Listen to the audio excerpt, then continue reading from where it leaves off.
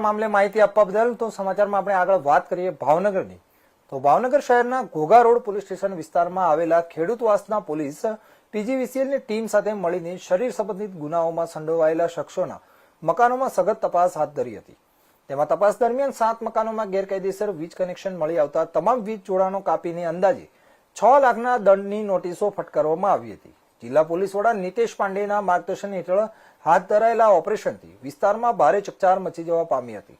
ભાવનગર શહેરમાં ગુનાહિત પ્રવૃત્તિઓ પર અંકુશ લાવવા જિલ્લા પોલીસ વડા દ્વારા કડક કાર્યવાહી હાથ ધરવામાં આવી રહી છે।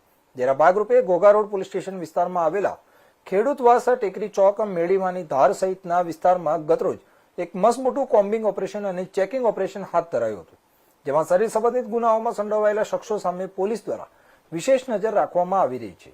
આ ઓપરેશનમાં 2 પીઆઈ, 5 પીએસઆઈ, 40થી વધુ પોલીસ જવાનો તેમજ પીજીવીસીએલની ટીમ સાથે કુલ 24 શખ્સોના રહેણાંક મકાનોની તપાસ હાથ ધરવામાં આવી હતી।